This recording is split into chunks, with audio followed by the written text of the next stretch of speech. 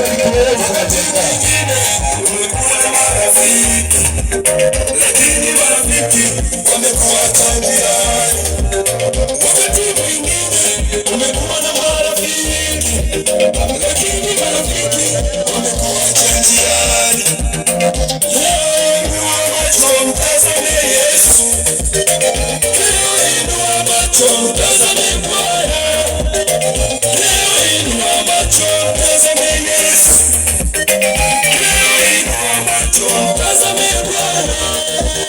Wakati mwingine umekuwa na marafiki, lakini marafiki wamekuacha njiani.